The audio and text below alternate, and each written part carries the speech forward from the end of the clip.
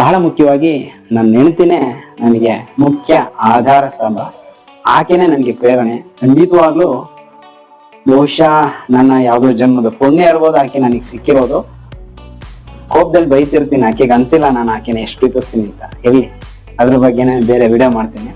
ಹಾಗಾಗಿ ನಾನು ಲಕ್ಷಗಟ್ಲೆ ಕಳ್ಕೊಂಡೆ, ನಮ್ಮನ್ನೇನು ಕಳ್ಕೊಂಡೆ.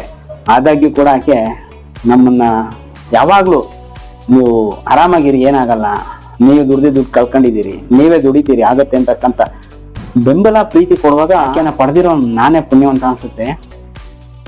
ಬಹುಶಃ ಆಕೆ ಪಾದಗಳಿಗೆ ಶರಣಾರ್ಥಿ. ನೋವಾಗುತ್ತೆ, ಬೈತಿರ್ತೀನಿ ಆಕೆಗೆ.